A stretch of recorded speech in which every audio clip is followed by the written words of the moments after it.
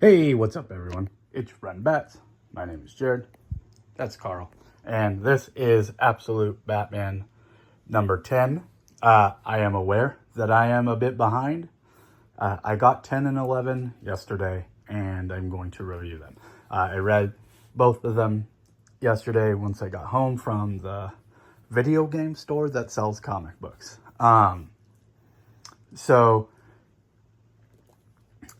the first issue of the Bane was okay. It was cool, but I feel like 10 really ramped up.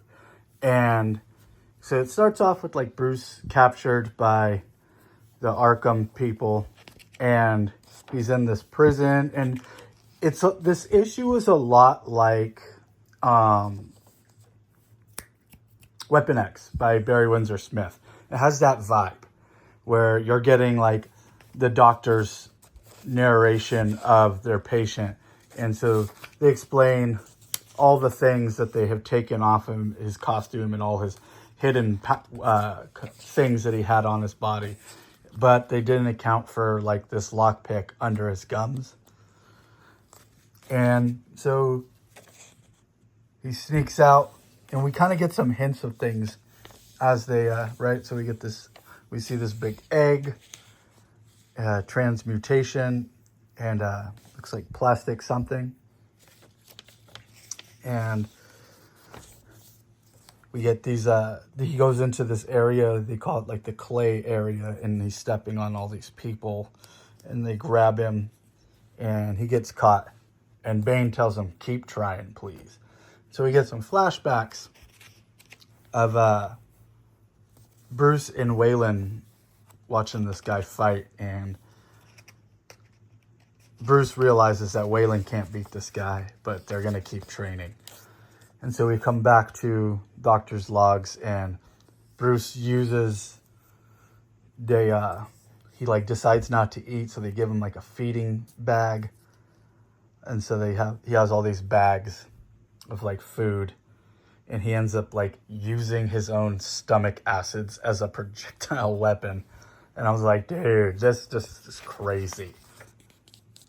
And, you know, we do the same thing where he runs past everyone, and now the egg is cracked open, and he gets to like the clay area again, and they're like, they're hiding in the woods, and they get Bruce, and Bane says, please don't give up. And so we do the scene again, right? We have some flashbacks, and now Bruce is like, they've like injected him. They're like working on him. So they've been progressively doing these things. And so it's really kind of cool seeing the evolution of like what's going on in Arkham. And they're making monsters down there. And it's kind of like a way for this series to kind of just use a way to use a lot of villains at once, is that like the same way that they did it in the Spectacular Spider-Man cartoon, like Oscorp is this pretty much villain farm, as well as in here, like the Arkham, it's not an asylum, it's this like secret base underground that makes monsters. They're like making all these experiments. So they experiment on, they're experimenting on Bruce.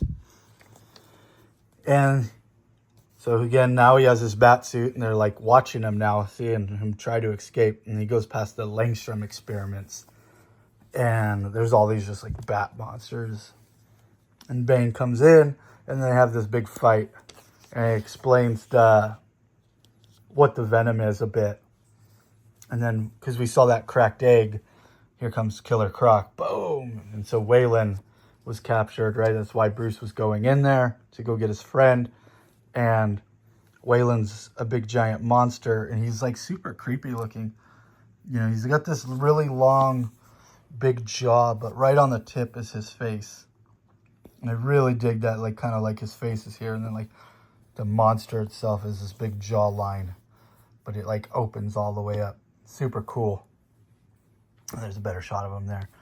And him and Wade, so like just, this is just awesome, right? Like, and while I was reading this, I kind of realized what this kind of book is it's like, it's super edgelord, but it's just like wacky, like it's like a wacky edgelord horror, science fiction, body horror. It's all these kind of things mixed together, but like the majority of it is like essentially like a horror book that's a science fiction book.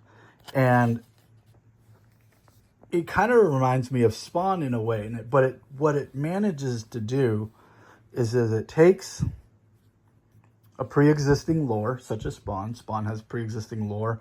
Whether you want to call Christianity lore, you can or you can't, you know.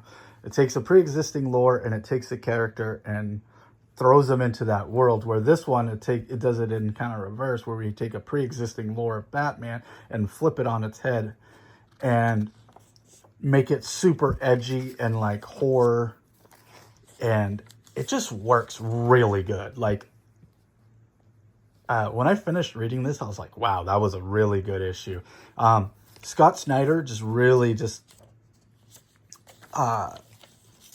tells a really compelling story with the Doctor's narration, and I just really enjoyed this issue. This issue was fantastic. Definitely a high recommend. And I'm thinking this is becoming like one of my favorite comic books to read right now. I mean, it's obviously it's like I can only get it once a month, but I'm really looking forward to buying the collected edition here soon and like rereading it as a whole. And I know I might just redo that with my trades, but I am going to get the collected edition here in the near future. So yeah, I can't recommend this enough. So check it out. Catch you guys in the next one. Peace.